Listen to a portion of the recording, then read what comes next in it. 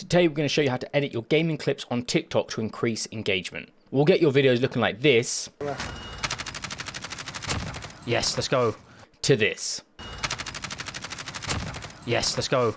Hey, how's it going? My name is Sam and welcome back to my YouTube channel. Today, we're going to show you how to edit your gaming clips so that you can increase your engagement on TikTok. The first thing that you're going to want to do is open up a new project in the editing software that you're using. I personally use Adobe Premiere Pro. However, there's a free software that you can use called DaVinci Resolve. Where everything's located in the software isn't the same. However, the concepts are similar. So if you can't find anything, just look it up online and you can still edit your clips the exact same way. So once you've got your project open, you just want to import the clip that you want to edit.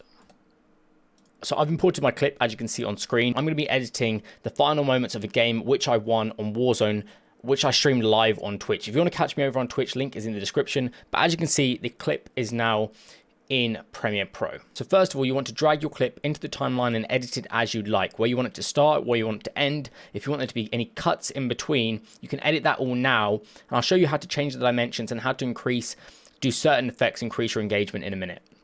So I've now edited my clip down to how I would like. It comes out to 35 seconds. And as you can see in the timeline, it's at its full dimensions and it's just one whole clip. So now that we've got our clip edited, the first thing that we want to do is change our sequence settings. This is changing the dimensions of our footage so that it's optimized for the viewing experience on TikTok. TikTok, you watch vertically as opposed to something on YouTube where you watch horizontally. So as I said, we want to change our sequence settings. To do this on Premiere Pro, you want to go up to the top, sequence settings, and we can change our dimensions from there. For me, I want to keep the quality as it is. I just want to change the orientation. So I'm going to switch this to 900 by 1600. So now that we've changed our sequence settings, this is how it looks. Obviously, you can see the sequence itself, the dimensions have changed. However, our video footage is still horizontal and still, well, first of all, you can't see everything on screen and it's quite zoomed in. Now, to optimize this for TikTok, I want to do three things. First of all, I want to zoom in this footage so that the actual action points that we want to see of the clip are visible to the viewer and you're not getting the huge black bars on top and below. Then I want to fill in the negative space of those black bars behind by duplicating the footage and making it blurred out, so it just makes it for an easier viewing experience. And I also want to add my face cam central of the screen so that it's not cut off to the right hand side as you saw in my stream clip. Because there are three bits of footage that I want, my main footage, my blurred out background, and also my face cam, I'm going to duplicate this footage 3 times over.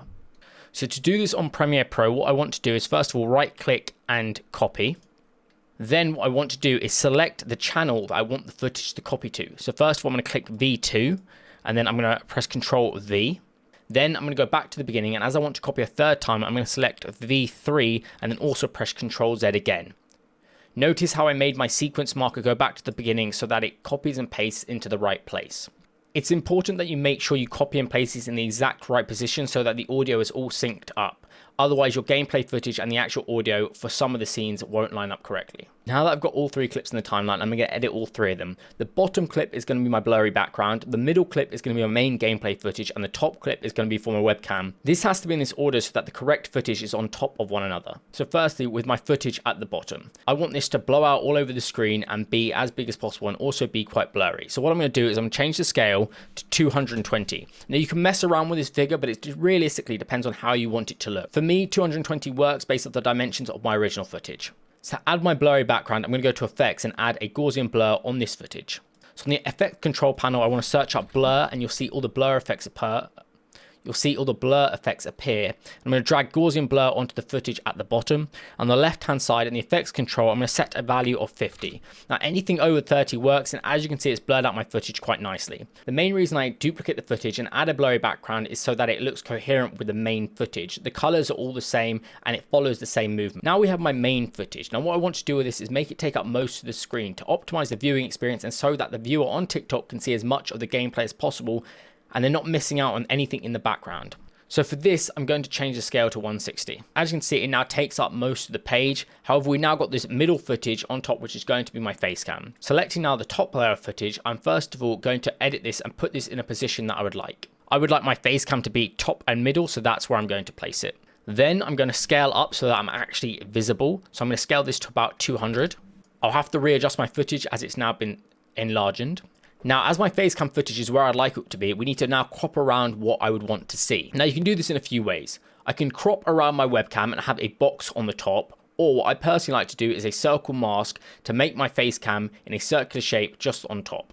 This takes away less space and just focuses on myself. To do the crop, what you want to do is to go to the crop effect, drag it onto your footage, select crop in your effects control panel, and then you can readjust this blue line. But as I said, I don't like using the crop. I like using a circle mask. So I'm going to delete the crop from my effects control panel, and I'm going to search up circle in the effects. I've then now applied this to my footage and it's made it disappear. Now in the effects control panel, I want to change this blending mode to stencil alpha. What this will do will stencil around the circle and show the footage within a radius of what's assigned. This is a radius around a certain center point, so I need to change my center point to roughly where my face was. I know where this is from experience, but essentially you just have to play around with the numbers to figure out where you are. As you can see, we've now pretty much got to where my face is on screen. I'm just going to make the radius bigger so that you can see me more clearly. If you now want to reposition any of the footage, I do so now. I just move my face cam up a little bit. And essentially now we have the optimized footage for TikTok. Other guy's on me. One's down, the other guy's on me tag.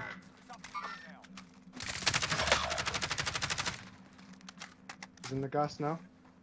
Push around the back of the train. 3 enemies. No way. No way, Sam. Oh, he's down, he's down, he's down. Race to self-res.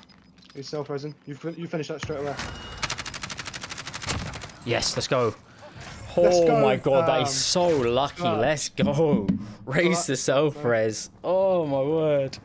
GG. Let's get it. But once you've now edited and readjusted your clips and applied all those effects, that's pretty much it. There are other things that you can do, like add text on top of it, or if you wanted to include your kill count or the map, you can duplicate your footage once again, crop around it and then drag it somewhere on screen.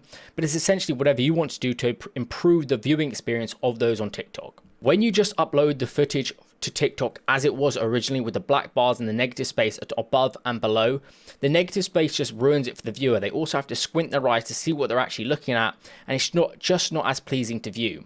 Personally, when I upload TikToks, TikTok linked in the description below, I found that this is the best way to optimize that engagement, and it just makes the clips look a lot more professional, like I've taken some time into posting that content online. If you have any questions, let me know in the comments down below, or reach out to me on Twitter, TikTok, Discord, any of those links that are all listed below. But apart from that, that's pretty much how you edit these types of videos. It's really simple. If you get used to it, if you get used to the process, it literally can take less than 5 minutes, and that extra 5 minutes will just improve the way your TikTok feed looks, improve the engagement you're getting, and just generally make people think that you take pride in the footage that you put out there. But yeah, thank you so much for taking the time to watch this video. As I said, this is from one of my Twitch streams, a clip that I got yesterday on stream. If you want to view that, that is linked in the description below. I stream every day at 6 PM BST over on twitch.tv/SamDalabonnaTV. At the moment, I'm playing Warzone. I used to play a lot of FIFA on this YouTube channel, if you see some of my older videos, and I'm now branching back into that. So if you have any interest in any of that, please come over to my Twitch channel and follow me on there. But apart from that, I hope you enjoyed this video. As I said, if you have any questions, let me know in the comments down below. But apart from that, I'll see you guys next time. Bye-bye.